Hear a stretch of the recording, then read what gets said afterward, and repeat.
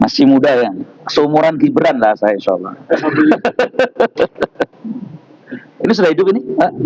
Sudah. Bismillahirrahmanirrahim. Assalamualaikum warahmatullahi wabarakatuh.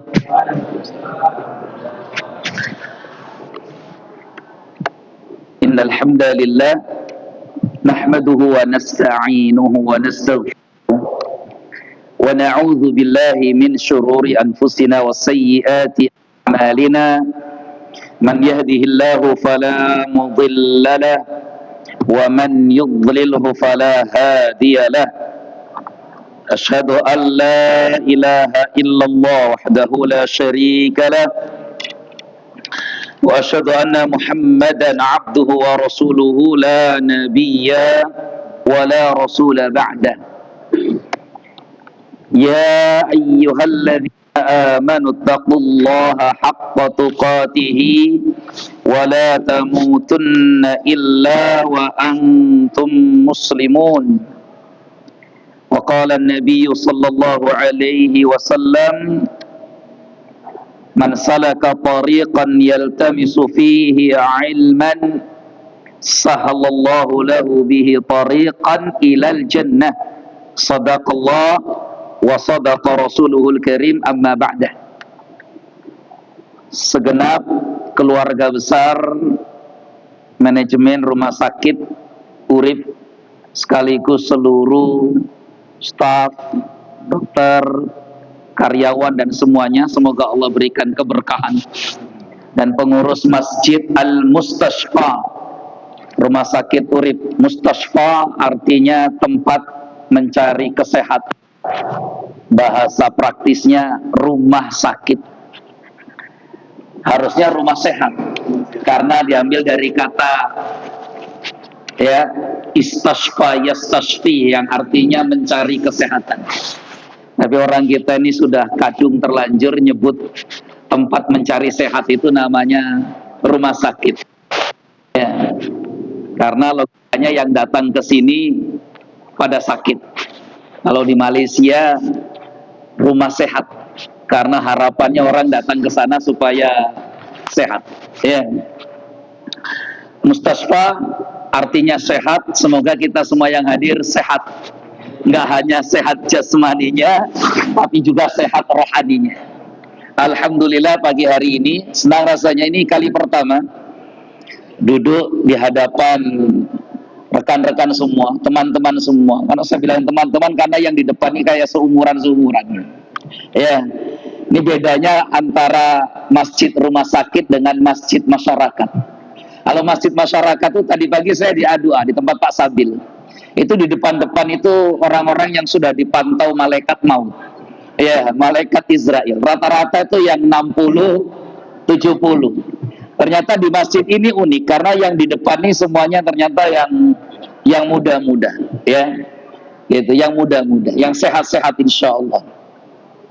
Alhamdulillah pagi hari duha ini semoga Allah bawa kebaikan dan keberkahan untuk kita semua. Amin. Ya rabbal alamin. Temanya ini bukan saya yang menentukan ya, tapi dari pihak masjid yang menentukan.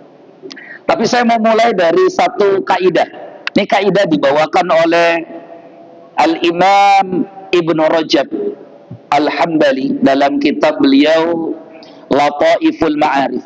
Kitabnya sebenarnya ada di tempat parkir, saya tidak bawa ke sini karena kita kajian kitab itu Lataiful Ma'arif.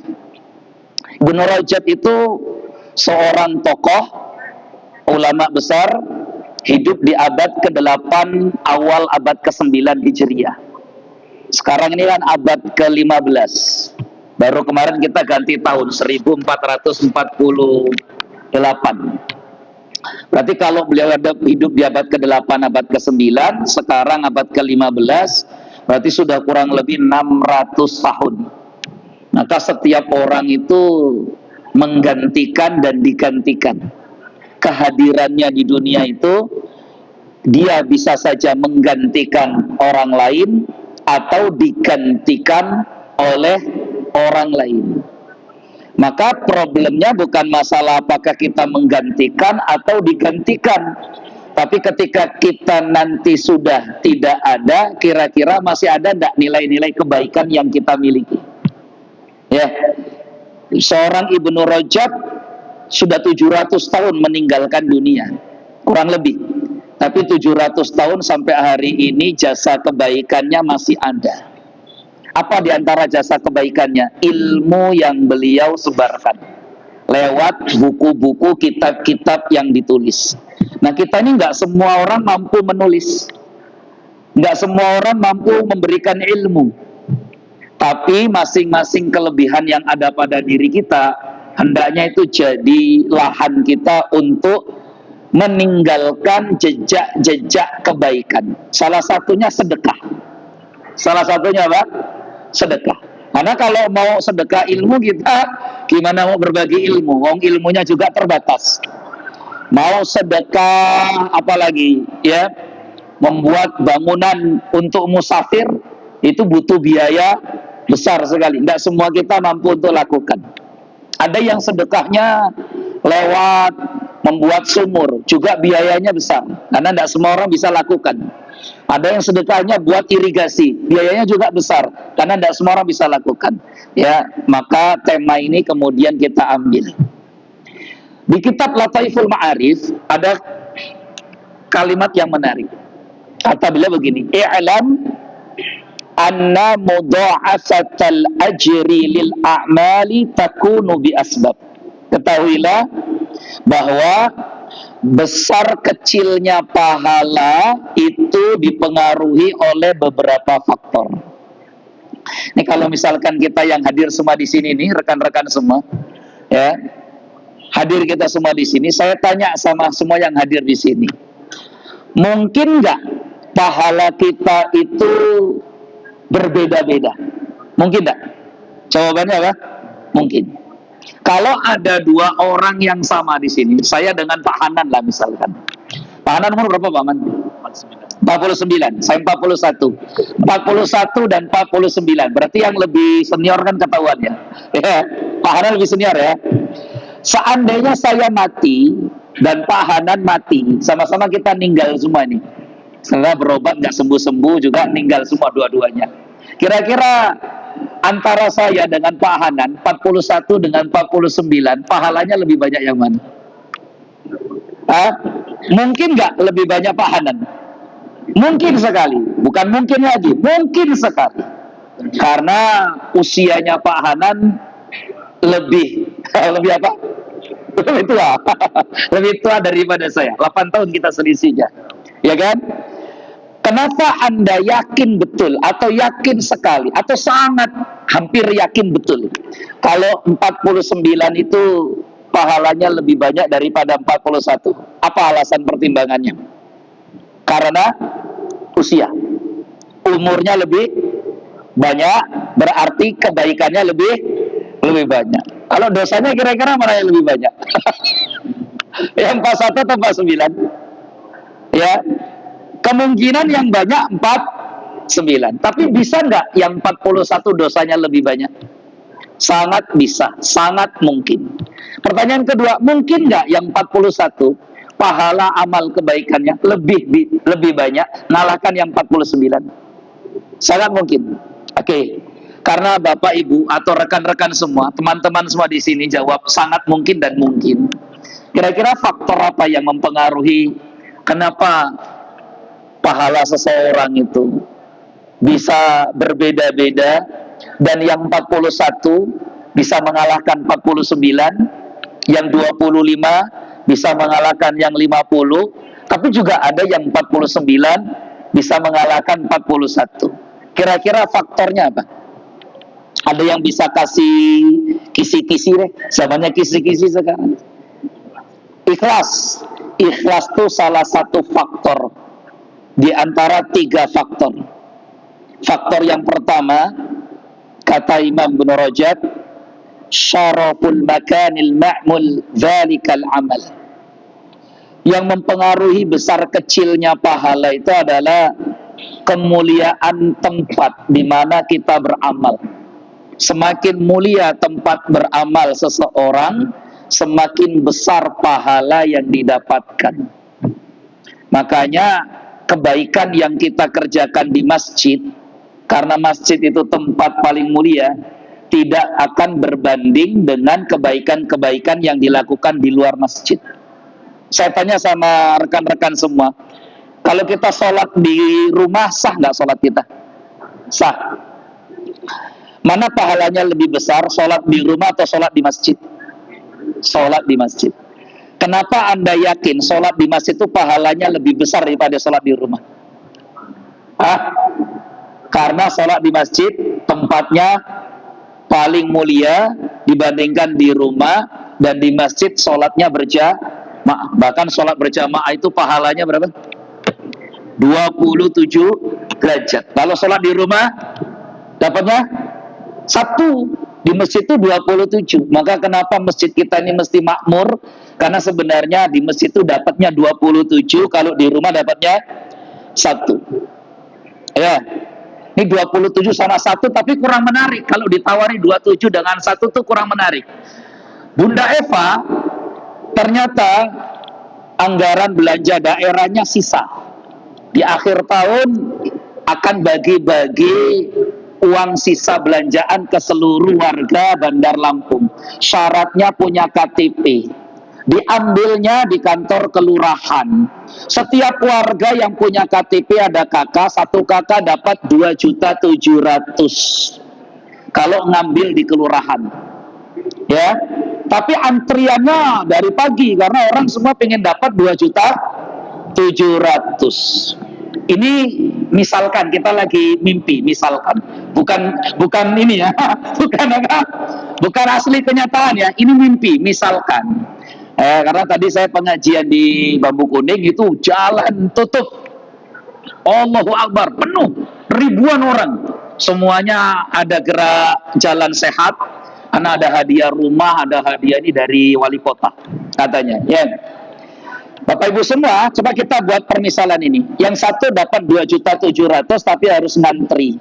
Kira-kira kalau semua warga kelurahan Waihalim ambil antrian, yang punya KTP atau punya kakak Waihalim dapat 2.700.000, kira-kira Bapak mau datang ke kantor kelurahan jam berapa kira-kira? Dapat 2.700.000. Tahu berapa nih? Dari subuh. Itu pun kita berharap, kita ngira yang datang dari subuh, kita datang duluan. Ternyata di kelurahan di subuh-subuh sudah ramai antri. Karena untuk dapat 2.700.000. Ya, ibu-ibu yang di belakang ya. Ibu-ibu di belakang 2.700.000. Halo 2.700.000. Ini kalau datang ke kelurahan. Ya. Kalau ternyata staf kelurahan bilang begini, Bapak Ibu nggak usah capek-capek, nggak usah repot-repot, antri berjam-jam, dari subuh sudah antri loh ini, nggak usah seharian, cukup kami yang antarkan ke rumah, datangkan ke rumah, tapi dapatnya cuma 100.000. Jadi kalau diantar ke rumah dapat 100.000, kalau datang ke kelurahan dapat 2.700.000. Kira-kira ini yang hadir di sini teman-teman mau ngambil 2.700.000 tapi antri berjam-jam, atau cukup di rumah duduk nongkrong dapat 100.000? Kira-kira ambil yang mana? Ambil yang mana? Tetap yang antri. Yang antri 5 jam 7 jam dapat 2.700.000. Enggak apa-apa lah Ustadz, ngantri juga enggak apa-apa, yang penting dapat 2 juta. Saya buat logika ini, analoginya pakai duit, karena kita kalau duit itu cepat paham. Kalau pahala itu nggak begitu menarik.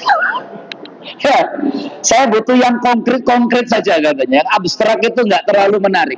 Maka kalau Pak Hanan ngundang, ayo kita pengajian ke masjid, ayo duduk di paling depan, ayo duduk paling depan. Kan Pak Hanan tadi bilang begitu kan?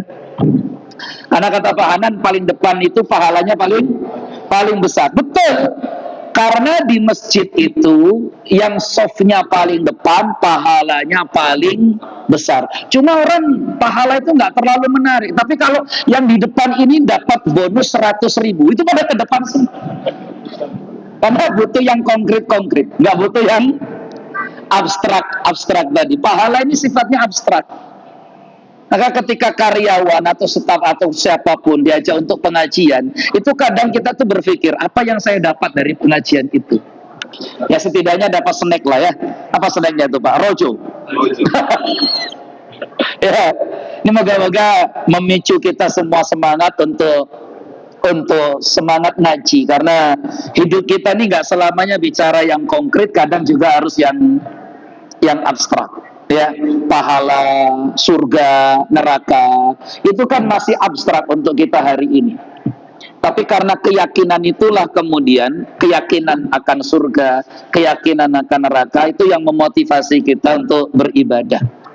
Yang kedua, syarafuz zaman. Yang pertama syaraful makan. Tempat itu mempengaruhi pahala besar kecilnya. Jangankan tempat, jangankan di akhirat, di dunia saja gitu. Ini apa Pak ini Pak?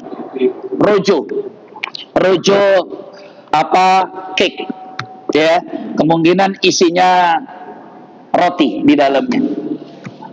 Saya tanya sama rekan-rekan semua, kalau roti ini saya beli di pinggir jalan, berapa harganya? Mungkin 5.000, mungkin 5.000 satu roti. Tapi kalau roti ini kemudian dijual di hotel bintang 4 atau bintang 5, pindahkan ke Novotel atau ke Emersia, berapa harga roti ini? Jadi berapa? Jadi bisa 15.000 atau 25.000. Atau dipindahkan lagi ke bandara internasional, jadi berapa harganya? Bisa 50.000. Kenapa roti yang sama, merek yang sama, bisa berbeda harganya? Karena berada di tempat yang berbeda. Waktu saya bilang, saya makan roti Rojo tapi harganya 25.000. Di mana Bapak makan? Saya makan di Novotel. Orang akan paham, wajar lah di Novotel, karena tempat. Jadi urusan dunia saja, tempat itu mempengaruhi besar kecilnya pahala. Maka yang duduk di belakang itu Pak, pahalanya kalah sama yang depan-depan ini. Insya Allah. Ya, ini besok pada ke depan semua nih kayaknya Ustaz. Besok pada ke depan semua. Ya, ada kayaknya saya jauh betul ini. Mau ngobrol sama Anda ini jauh betul kayak di belakang gitu ya. Baik. Tapi yang di belakang, yang di depan ternyata nggak dapat plusnya ini. Harusnya dapat plus rojonya 2 gitu ya. Baik.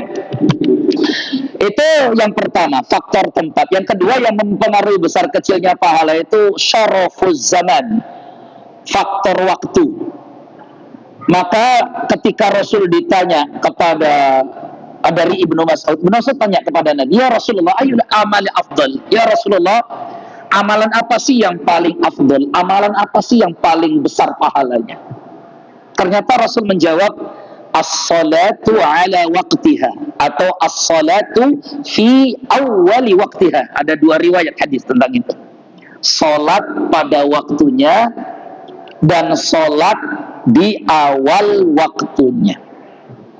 Saya tanya kepada Anda semua, kalau ada orang sholat zuhur jam 3 siang, waktu asar sekarang jam 3 lewat 22, terus ada yang sholat zuhur jam 3 lewat 5, kira-kira sholat zuhurnya sah atau enggak? Halo? Sholat zuhurnya sah atau tidak? Jam 3 lewat 5 dia ambil air wudhu, kemudian dia sholat tahiyat terakhir, assalamualaikum, tiba-tiba azan asar. Allahu Akbar, Allahu Akbar. Kok cepat betul azan, kayaknya baru selesai sholat. Karena dia sholatnya jam 3 lewat 5. Sah tidak sholat jam 3 lewat 5 zuhur? Sah. Terus ada yang sholat zuhurnya berjamaah di masjid, sudahlah tempatnya mulia, pahalanya paling besar, dia sholatnya di awal waktu. Kira-kira saya tanya sama Anda semua, mana yang pahalanya paling besar? Yang sholatnya di awal waktu atau yang sholatnya di akhir waktu? Jawabannya mana? Di awal waktu. Sama-sama tempatnya di Masjid Al-Mustashfa sholat. Berarti dalam urusan yang pertama imbang dong harusnya, karena tempatnya sama-sama mulia di masjid. Tapi kenapa pahalanya bisa berbeda? Berbeda karena si fulan A beribadah selalu memperhatikan aspek waktu, tepat waktu di awal waktu. Si fulan B yang penting ibadah, ya nggak awal waktu nggak apa, yang penting sah. Jadi ada orang yang berprinsip dalam hidup itu yang penting sah. Ada orang yang berprinsip dalam hidupnya itu, saya nggak ingin yang penting sah, tapi ingin yang terbaik. Maka kalau orang hidup itu punya prinsip yang penting sah, dia nggak akan punya hal istimewa plus, karena bagi dia dah sekedarnya saja. Tapi kalau kita punya prinsip hidup saya harus yang terbaik, maka setiap hari dia akan selalu mengevaluasi dirinya. Paham sampai sini ya? Ini sama-sama di masjid tapi pahalanya bisa beda. Maka lagi-lagi yang datang awal waktu pengajian pahalanya sama nggak dengan yang datang di akhir-akhir sebelum penutupan pas mau doa? Kira-kira sama nggak Pak Hanan? Beda. Maka yang datang awal-awal waktu ini sebelum Ustadz mulai Assalamualaikum, pasti pahalanya akan berbeda dengan yang datang sudah hampir doa kayaknya ini. Ada. Maka ada orang yang sama-sama ibadah di masjid tapi pahalanya berbeda karena yang satu yang selalu awal waktu menjawab panggilan, yang satu yang penting sah, belakangan-belakangan juga enggak apa. Ya, yang penting snack masih kebagian. Baru faktor yang ketiga yang dijawab oleh Mas tadi. Mas siapa namanya? Lutfi. Lutfi itu artinya lembut, makanya selalu lembut. Iya, yeah. Lutfi itu artinya lembut. Makanya namanya Lutfi itu tutur katanya lembut. Assalamualaikum. Iya, gitu. Dokter ya, teman. Perawat. Ya, assalamualaikum. Ya. Nah, perawat harus lembut. Kalau perawat kasar, yang pasien langsung mati nanti. Yang lembut saja banyak ninggal, apalagi kasar. Iya. Baru faktor ketiga ini penting, yaitu ilmu dan keikhlasan. Syaraful amil, mulianya si pelaku, mulianya tempat, mulianya waktu, mulianya si pelaku. Syaraful amil, mulianya si pelaku. Kemuliaan pelaku itu yang melakukan pekerjaan itu ditinjau dari ilmu dan keikhlasan.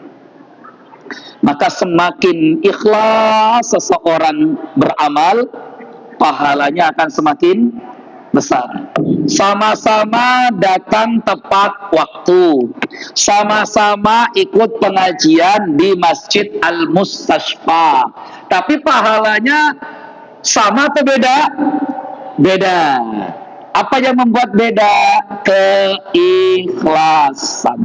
Ada yang datang ke sini ini betul-betul ikhlas. Memang sudah lama saya nggak ikut pengajian. Hati ini gersang kayaknya. Pak Hanan ngasih undangan. Wah, siap Pak Hanan. Insya Allah. Jam berapa pengajian? Jam 10. Setengah 10 saya datang. Wah, ada yang begitu. Ada yang harus pakai SP1 dulu. SP1. Kalau nggak datang, ya kasih nilai B. Nggak datang juga, ya potong gaji 10%.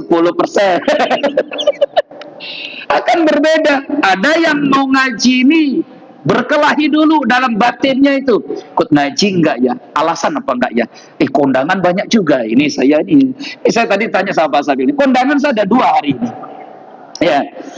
Kalau kita mau cari alasan, rekan-rekan semua, kita itu akan menemukan banyak sekali alasan. Apalagi orang Indonesia. Orang Indonesia ini menurut survei adalah orang yang paling pintar mencari alasan. Surveinya siapa? Surveinya saya.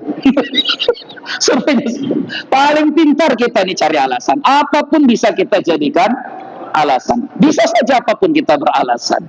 Tapi apakah alasan itu nanti diterima oleh Allah atau tidak? Wallahu a'lam. Maka keikhlasan itu penting. Ada yang mau datang ke sini ini harus dijemput dulu sama temannya. Kalau nggak ada teman saya nggak ikut ngaji lah katanya. Akhirnya udah aku datang ke rumah kamu, tak jemput ya, jemput. Maka pahalanya beda yang jemput sama yang dijemput. Karena yang jemput insya Allah lebih ikhlas daripada yang dijemput. Ini moga-moga jadi perhatian untuk kita semua. Tapi semoga semua yang hadir di sini ikhlas. Yang kedua, syaraful amil, kemuliaan pelakunya itu dari ilmu. Ilmu. Maka ilmu itu yang kemudian membimbing kita bagaimana kita ini bisa mencari ladang-ladang amal yang pahalanya paling besar dibandingkan yang lain. Ini kita sekarang di depan mata kita ada amalan banyak. Ada amalan banyak. Ya rekan-rekan semua. Tapi waktunya sempit. Ilmu kita yang membimbing kita mau memilih amal yang mana. Contoh, saya masuk masjid Mustasfa.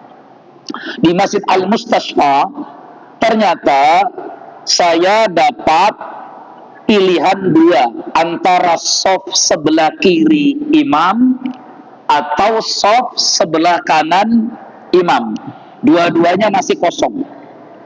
Bagi orang yang tidak punya ilmu pengetahuan tentang ini, maka ya bagi dia enak saja, entah kanan entah kiri, ambil sajalah.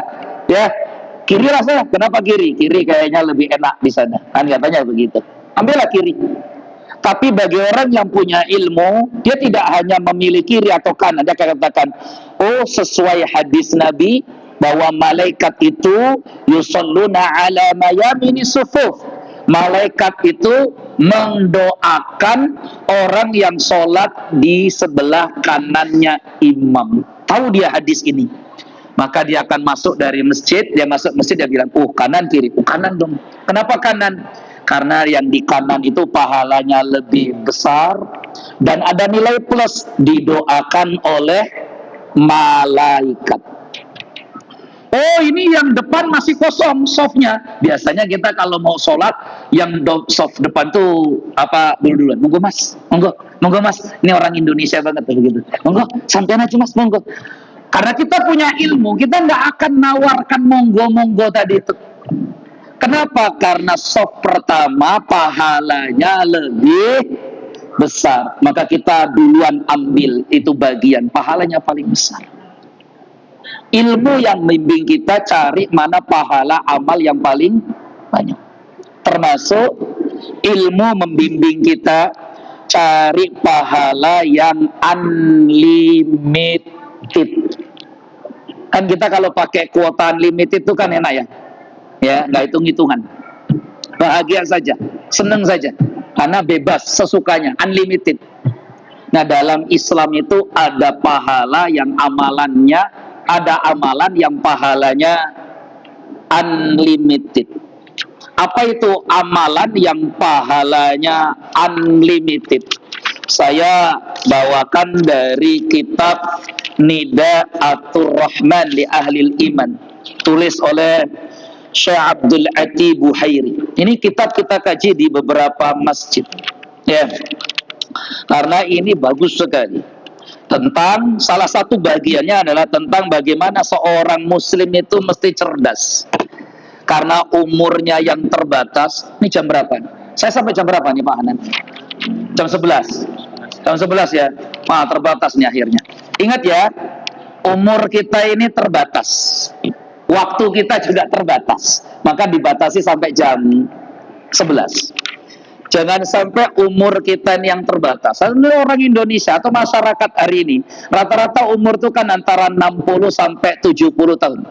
A'maru ummati ma baina sittin wa sab'in. Umur umatku itu antara 60 sampai 70 tahun. Wa aqallu man tajawaz ala dhalik. Dan sedikit sekali umat Nabi Muhammad yang umurnya lebih panjang dari 70 tahun. Kadang yang 70 tahun pun sudah banyak penyakitnya. Sudah mau beramal sudah susah. Ya di atas 70 tahun pun kadang rezekinya sudah makin seret. Maka saya itu pernah ditanya sama ibu-ibu, Ustadz, kenapa ya kok saya ini menjelang umur makin nambah ini kok rezekinya nggak selancar seperti dulu. Dulu tuh bisnis saya, dagang saya, usaha saya tuh lancarnya luar biasa. Sekarang ini ya Allah, kadang mau sedekah pun susah, cuma kurban pandai mindahkan kotak infak saja, nggak pandai ngisi kotak infaknya. Saya jawab ibu-ibu, kenapa dulu rezeki ibu kok lancar, kalau sekarang rezekinya agak seret? Karena dulu ibu itu punya tanggung jawab 4 atau 5 anak yang ada di bawah kita. Sehingga keran rezekinya anak 5 orang itu semuanya masih gabung dengan keran rezekinya kita. Keran itu kalau nggak ada cabangnya, Pak, tekanan airnya itu kuat betul. Buka keran itu langsung maksor gitu ya. Karena keran airnya cuma satu. Tapi kalau kemudian keran itu sudah dipisah-pisah, ya, 1, 2, 3, 4, 5, maka tetap ada airnya, tapi tekanannya apa? Berkurang. Ibarat keran ibu itu sekarang kerannya sudah cabang-cabang, sudah tidak lagi seperti dulu, karena masing-masing anak sudah punya rezekinya sendiri-sendiri, sudah pisah sendiri-sendiri. Barulah sadar kalau sudah tua, saya pengen amal ini, saya pengen amal ini, tapi ternyata kesempatannya sudah tidak ada karena keran rezekinya sudah dibagi-bagi dan berkurang. Maka selagi masih muda-muda, keran rezekinya masih kenceng, ya. Kalau belum kenceng gimana nih Ustadz? Nah, berarti jangan-jangan mesinnya yang kurang bagus itu. Ya, doanya diperbanyak, ya, pancingan-pancingan rezekinya diperbanyak, magnet-magnet rezekinya diperbanyak. Semoga Allah mudahkan kita. Maka saya mengajak kita semua untuk cerdas beramal. Sholat, kalau kita meninggal sudah tidak ada lagi pahala sholatnya, ya enggak? Baca Quran, kalau kita meninggal sudah tidak ada lagi bacaan Al-Qurannya. Tapi sedekah, kalau kita keluarkan, mati kita, habis badan kita ini, jasad kita, bahkan mungkin tulang kita hancur, pahalanya masih tetap mengalir. Pahalanya masih tetap mengalir. 1-2 biji bata, 1-2 sak semen, mungkin tidak seberapa, tapi ternyata pahalanya terus mengalir selama kebaikan sedekah itu masih dimanfaatkan. Nah, ini namanya jadi muslim yang cerdas. Terus ada nasihat berharga dari Imam Ghazali. Pertama dari Ibnu Mas'ud radhiyallahu anhu. Ibnu Mas'ud ditanya, "Wahai sahabat Nabi Ibnu Mas'ud, hendak kemana kamu simpan hartamu ini?" Maka kata Ibnu Mas'ud, "Saya mau simpan harta saya ini di tempat di mana tidak akan dimakan oleh rayap dan maling paling ahli pun gak akan bisa mencurinya." Maka orang zaman itu terus bertanya, "Wahai guru, di mana tempat yang hebat seperti itu? Nggak dimakan rayap, nggak dimaling, pencuri yang paling hebat." Maka kata dia, "Saya akan simpan harta saya itu fis sama, di langit. Karena di langit nggak ada rayap, di langit nggak ada maling pencuri." Maksudnya apa sih? Saya mau sedekahkan harta saya ini. Padahal nih, Bapak Ibu, rekan-rekan semua bisa cek Ibnu Mas'ud itu siapa, orang kaya atau orang miskin. Ternyata Ibnu Mas'ud itu sahabat Nabi yang termasuk paling miskin. Orang miskin saja sedekah. Maka sedekah itu nggak harus nunggu kaya. Kalau nunggu kaya nanti yang bisa sedekah cuma Raffi Ahmad saja sama Nagita Slavina. Karena kekayaan perusahaannya sudah 2 triliun. Oh tahu Ustaz, saya tadi malam baru lihat YouTube punyanya siapa itu bicara tentang perusahaannya Raffi Ahmad, 2 triliun. Ada di sini yang punya 2 triliun. Tapi yang punya 2 triliun itu masih kalah dengan yang sholat sunnah sebelum subuh. Karena rakaat al-fajri khairun minad dunya wa ma'alaiha. 2 rakaat sholat sunnah sebelum subuh itu lebih baik daripada dunia dan seisinya. Rekan-rekan semua, sudah hampir jam 11. Saya mau tutup dengan ini. Ini ucapan Al-Ghazali dalam Ihya Ulumuddin. Al-Ghazali dalam Ihya Ulumuddin. Ya. Al-Ghazali mengatakan begini. Dan sebenarnya setelah saya rujuk Ihya Ulumuddin, ternyata ini ucapan pamannya Nabi Muhammad, Abbas bin Abdul Muthalib. Jadi Al-Ghazali menukil di Ihya Ulumuddin. Al-Ghazali hidup di abad ke-6 Hijriah, awal abad ke-6 Hijriah, karena beliau meninggal tahun 500 Hijriah, jadi abad ke-6. Jadi sekarang sudah 1000 tahun Al-Ghazali, ya, kurang lebih, atau 900 tahun. Al-Ghazali mengatakan begini, la yatimul ma'ruf illa bisalasati umur. Kebaikan yang kita lakukan itu tidak akan sempurna kecuali kalau kita lakukan dengan 3 hal. Ya, kebaikan yang kita lakukan itu nggak akan sempurna kecuali kalau kita lakukan dengan 3 hal. Satu, yang pertama adalah tasghiruhu. Anggap amal yang kita lakukan itu kecil. Anggap apa yang kita lakukan itu apa? Kecil, sedikit. Nggak seberapa lah, ya. Supaya kita nggak segera cukup berpuas hati. Ya, saya cuma berapa lah bantunya. Saya ini sedekah cuma berapa lah, segitu. Ini problem kita nih. Problem kita ini kadang nih kalau urusan sedekah, mohon maaf ya, 20.000 tuh kelihatannya besar. 50.000 kelihatannya besar, apalagi kalau 100.000. Tapi kalau kita bawa masuk ke mall Bumi Kedaton MBK, 20.000 itu nggak dapat apa-apa, 50.000 nggak dapat apa-apa, 100.000 dapat lah, tapi seberapa dapatnya 100.000? Sampai ada orang yang setelah infak 100.000 malah istighfar ya, karena salah masukkan. Dia udah siapin 2 kantong, kantong satu ini 10.000, kantong satu lagi 100.000. Pas pulang ngantuk, Jumatan ngantuk kan biasanya. Di tempat saya kalau Jumatan ngantuk, kalau di sini mah nggak ada yang ngantuk. Ya. Akhirnya kota infak lewat, dia buru-buru ya, ambil masukkan. Ternyata 100.000. Mau ditarik lagi malu kelihatan sama teman-teman, dimasukkan istighfar. Ada orang zikir istighfar. Maka 100.000 tuh nampak kayaknya besar betul kalau dimasukkan ke kota infak. Tapi untuk nonton konser, nonton apa, itu kelihatannya kecil. Ini problemnya. Kata Al-Ghazali, harusnya kau anggap setiap kebaikanmu itu terasa kecil, nggak ada seberapa. Ini kalau ditanya, ya, ada berapa? Saya cuma berapa? Nggak ada. Nggak buka terus membangga-banggakan. Ini masjid, asal Anda tahu saja, ini semua ini kalau nggak saya, nggak selesai. Alhamdulillah. Jangan anggap bahwa kebaikan kita itu apa?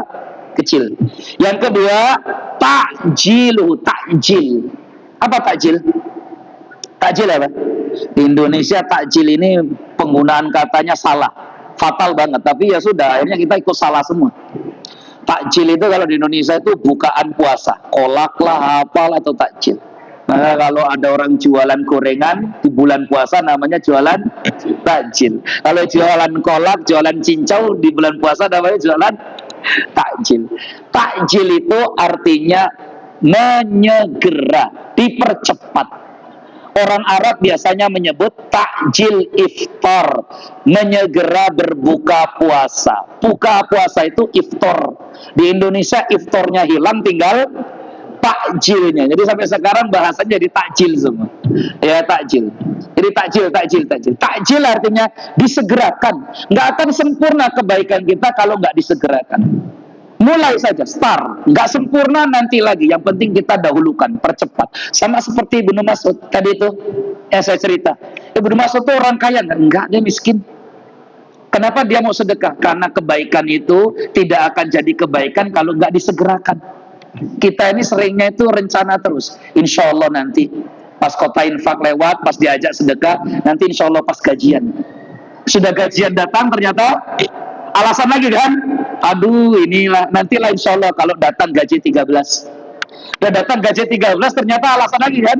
Nanti kalau udah datang gaji 14. Dan terus. Kalau kita akan menunda-nunda, malah yang ada kata Nabi, la yazalu qaumun yata'akhirun hatta yu'akhirahumullah.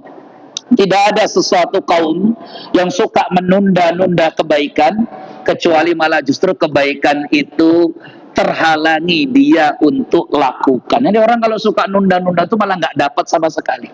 Lakukan segera. Ibnu Mas'ud tuh miskin betul. Istrinya kaya. Nama istrinya Zainab. Zainab ini kaya raya betul. Dia ini businesswoman. Di dalam kitab Riyadhus Shalihin itu disebutkan kisahnya. Di setiap tahun Zainab ini harus mengeluarkan zakatnya, kewajiban zakat itu. Karena orang kaya itu ya harus bayar zakat. Kewajiban zakat ini dikeluarkan, disalurkan. Terus Ibnu Mas'ud sebagai suami, dia tanya sama istrinya yang kaya raya. Jadi ada sejarah istri kaya raya dapat suami miskin. Itu nggak cuma di RCTI ya, di dunia nyata juga ada itu. RCTI kan ada itu, istri kaya raya dapat suami miskin. Ibnu Mas'ud salah satu sahabat Nabi. Terus Ibnu Mas'ud tanya begini sama istrinya, Zainab, kamu mau kasihkan siapa zakat itu? Ya kasihkan fakir miskin lah katanya. Maka kata Ibnu Mas'ud, lebih utama fakir miskin, keluarga karib kerabat. Itu lebih utama. Zainab mikir, keluarga saya kaya-kaya semua dan dia miskin. Emang ada keluarga saya yang miskin? Ada. Siapa kerabatnya yang miskin? Saya, suamimu. Terus Zainab tanya, memang boleh zakat itu dibayarkan ke suaminya? Bolehlah, kata Ibnu Mas'ud. Ibnu Mas'ud ulama, orang pintar. Saya nggak akan kasihkan ke engkau, suamiku, sebelum saya tanya dulu ke Rasulullah. Maka akhirnya Zainab tanya ke Rasulullah, ya Rasulullah, boleh enggak zakat saya berikan untuk suami saya? Karena suami saya kebetulan orang miskin. Tapi Zainab ini beradab. Problemnya perempuan tuh kan kadang kalau lebih pintar nyari duit dari suami, sukanya itu istri nyepelekan suaminya, sukanya. Ya, kecuali ibu-ibu yang di belakang ini nggak ada itu. Ya, kan ini kadang problemnya perempuan. Perempuan itu kalau ngerasa lebih pintar nyari duit, lebih banyak hartanya, itu seringnya suka meremehkan suami. Seringnya begitu. Kecuali ibu-ibu yang di belakang. Pernah datang satu keluarga ke rumah saya, ingin dimediasi. Yang istrinya pengusaha, yang suaminya pejabat eselon. Eselon orang kaya lah, pejabat, gajinya lumayan. Di kantor dia punya bawahan lah, bos. Tapi ternyata istrinya lebih banyak penghasilannya, pengusaha. Wah betul tuh Pak, ribut Pak. Saya mau mediasi, ternyata di rumah malah pindah ributnya. Tongkar habis di rumah itu. Sampai istri saya di rumah itu kaget. Ada istri yang berani ngelawan suaminya. Omongannya kasar. Sampai istri saya itu bilang, ada ya Bi ya, istri yang berani melawan suami begitu ya. Ya itu buktinya ada, saya bilang. Makanya Abi bersyukur punya istri cantik seperti Umi, tutur katanya sopan, santun, lembut lah gitu. Masuk tuh rayuannya kan gitu ya. Ya. Jadi akhirnya itu ada kejadian. Singkat cerita, sampai mau maghrib masih ribut. Maka saya bilang, stop Bapak, Bu. Kayaknya rumah tangga Bapak Ibu ini nggak bisa lagi dipertahankan. Kenapa Ustaz, kata yang laki-laki? Yang laki-laki ini pinginnya rumah tangganya tetap. Perempuannya ngamuk-ngamuk. Saya bilang karena di rumah tangga ini pemimpinnya ada dua. Mana-mana kalau pemimpinnya dua nggak akan bisa. Akhirnya pisah. Pisah itu Pak Sabil. Setelah pengajian subuh di Masjid Adwa, saya ketemu tuh sama beliau. Ketemu di tempat wudhu. Pak Sabil nggak tahu orang ya, tapi saya tahu gitu. Tapi bukan warga Perumnasehani, bukan. Kan di Adwa itu kan orang datang pengajian dari mana-mana. Nah, akhirnya di tempat wudhu saya ketemu tuh. Setelah ketemu, assalamualaikum. Ya udah lama nggak ketemu Pak. Iya, semenjak waktu itu. Gimana? Alhamdulillah Ustaz, sekarang saya sudah dapat istri baru lagi. Ini gara-gara tadi ya, gara-gara istrinya lebih banyak hartanya ketimbang suami. Seringkali istri yang lebih banyak duitnya itu suka nyepelekan apa? Suaminya. Jangan ya Bu ya, jangan ya. Biar bagaimanapun tuh suami kita ya suami, pemimpin. Nah Ibnu Mas'ud tuh sedikit hartanya, Zainab lebih banyak hartanya. Maka kata Nabi, iya suamimu benar, suami itu boleh mendapat zakat dari istrinya. Wah ya Allah, langsung setelah itu setiap tahun zakatnya Zainab diberikan kepada suami. Nanti sama suaminya dikasihkan untuk Zainab lagi, puter ya. Tapi setidaknya dari ucapan Ibnu Mas'ud tadi, kemana kau mau simpan hartamu? Saya simpan di tempat di mana maling tidak bisa menjangkau, rakyat tidak bisa makan. Berarti orang miskin seperti Ibnu Mas'ud pun punya kesadaran untuk bersedekah. Maka sedekah tidak harus nunggu kaya. Takjil, disegerakan. Kapan? Karena Allah nanti lihat, oh ini orang bukan kaya, tapi mau sedekah. Dikasih rezeki 1 juta saja, dia sedekahnya 25.000. Maka Allah lihat, nih tak kasih 1 juta saja, sedekahnya 25.000. Apalagi kalau saya kasih 2 juta. Oh ternyata setelah dikasih 2 juta, sedekahnya nambah jadi 50.000. Wah, Allah tambah lagi 4 juta rezekinya. Ternyata sedekahnya jadi 100.000. Maka benar apa kata Allah. Apa kata Allah dalam surah Al-Baqarah? Yamhaqullahu riba wa yurbis sadaqat. Allah hancurkan harta karena riba, dan Allah akan kembang biakkan hartamu karena kamu sedekahkan. Wallahu alam. Yang terakhir, kebaikan tak akan sempurna kalau satruhu, kecuali kita tutup. Sater, tutup. Makin ketutup sedekah kita, pahalanya makin besar, ya gitu. Jadi nggak perlu juga harus di expose, nggak perlu juga harus diceritakan.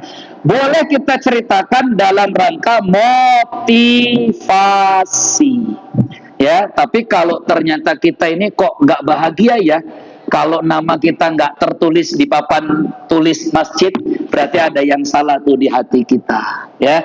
Ada yang salah di hati kita. Allahu a'lam bishawab. Itu saja. Mohon maaf kalau acak-acakan, ya. Tema kita siang ini nyusun kalimat, nyusun temanya, ya sekenanya lah.